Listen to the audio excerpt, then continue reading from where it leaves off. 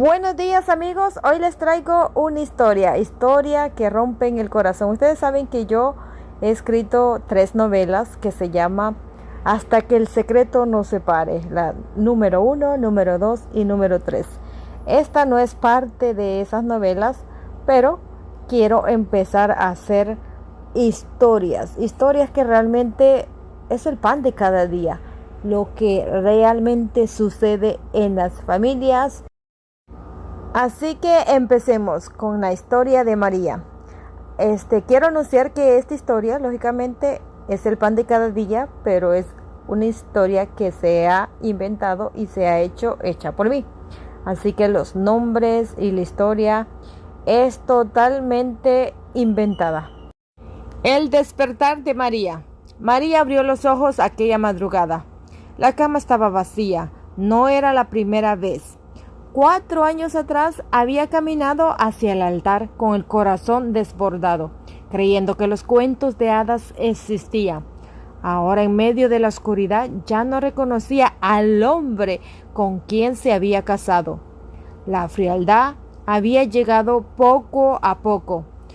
Primero fueron las miradas que ya no se encontraban, luego las conversaciones que morían antes de comenzar. María lo intentaba todo, preparaba sus comidas favoritas, cambiaba su rutina, buscaba nuevas formas de conectar, ponía flores al matrimonio para que floreciera. Nada funcionaba. ¿Qué pasa?, decía. ¿Por qué ya no eres el mismo?, le preguntó. Estás paranoica, le contestaba él. Te estás volviendo loca, respondía él con frialdad y con enojo. María, en la desesperación, buscó a su suegra, y la suegra le salía peor. Le decía: deja de inventar problemas y atiende a mi hijo. Para eso te casaste. Incluso su propia madre.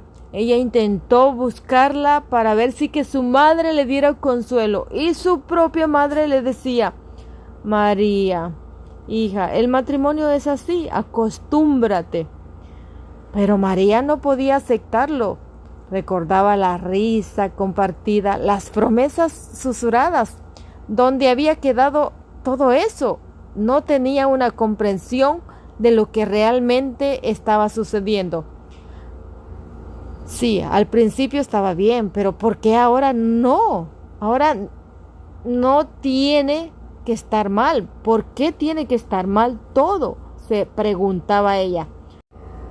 Las otras esposas del vecindario hablaban en voz baja sobre las infidelidades.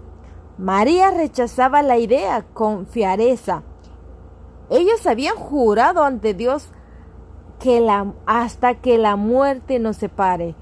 Entonces ella no se imaginaba y tampoco sentía que tenía que desconfiar de él. Él nunca la traicionaría. Era imposible. Así que María trató de buscar a su hermana para que su hermana le diera un poco de consuelo y poderse sentir mejor, porque sentía que su hermana podría ser la salvación de una posible ayuda. Así que su hermana la visitaba constantemente. Escuchaba sus llantos, era su pañuelo, hasta que un día incluso ella comenzó a llamarla loca y alejarse con enojo. María empezó a creer que el problema realmente era ella, que estaba enloqueciendo a todos. Se echó la culpa, lloró tanto que pensó que iba a terminar en un psiquiátrico. Las noches se volvieron eternas. Una madrugada de aquellas de las que muchas no podía dormir. Las 3 de la mañana escuchó una voz en la habitación y ella continuó. Su esposo hablaba con una suavidad que ella no recordaba, con una ternura que creía muerta. Se acercó descalza, conteniendo la respiración.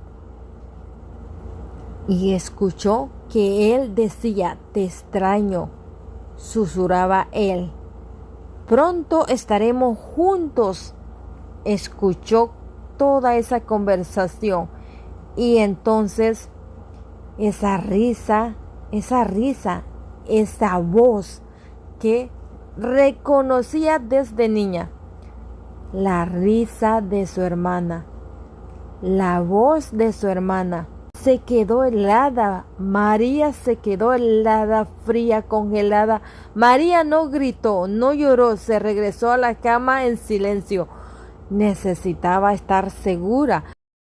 Como pudo, regresó a la cama. Sentía que su respiración le faltaba y necesitaba ayuda. Y finalmente pudo recuperarse. Durante semanas vigiló el silencio.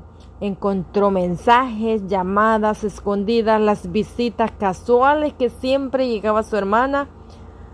¡Qué coincidencia! Cuando él estaba solo, todo cobró sentido. Y cuando María finalmente los confrontó con las pruebas en la mano, él ni siquiera intentó negarlo, solo encogió de hombros. Ya no te amo, quiero el divorcio. Su hermana lloró pidiendo perdón entre rodillas. No quisimos que pasara esto, María. María sintió que se moría por dentro. No era solo su esposo, era su propia hermana, la hermana de sangre. Recuperó, trató de decirle y pedirle el divorcio.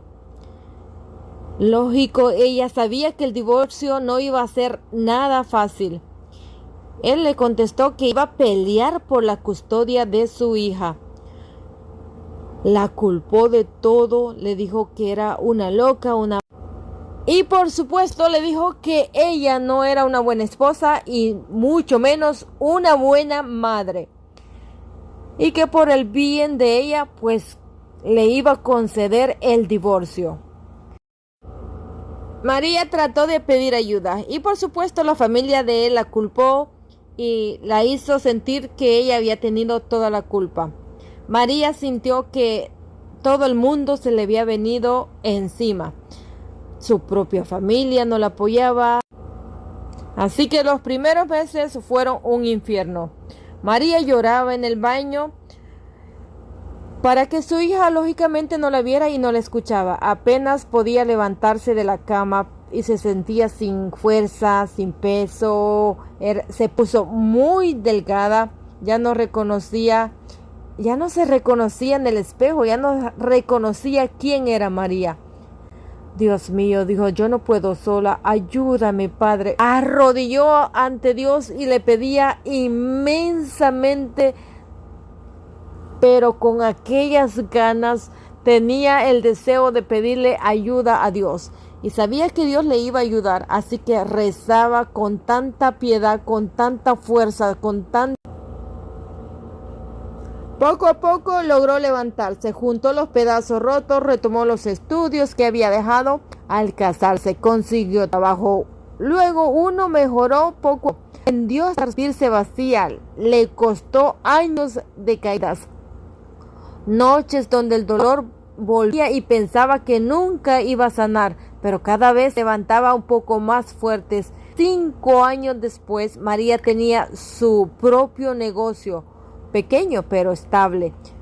Su hijo crecía sano y feliz. Había aprendido a perdonar, no por ellos, sino por ella misma. Para soltar esos pesos, las cicatrices quedaron, pero ya no sangraba. Y cuando se miraba al espejo, finalmente se reconocía de nuevo. Moraleja, todos comenzamos la vida creyendo en finales felices, convencidos de que nuestros sueños se cumplirán exactamente como los imaginamos, pero la vida rara vez nos da lo que esperamos y casi nunca de la forma que creemos. El dolor llega por traiciones, no nos parte en dos. Hay historias que nos rompen el corazón, momentos donde el sufrimiento es tan profundo que parece que nunca va a pasar. Pero esas mismas heridas, si las dejamos, nos enseñan quiénes somos realmente. La gente valiente no evita el dolor, lo atraviesa.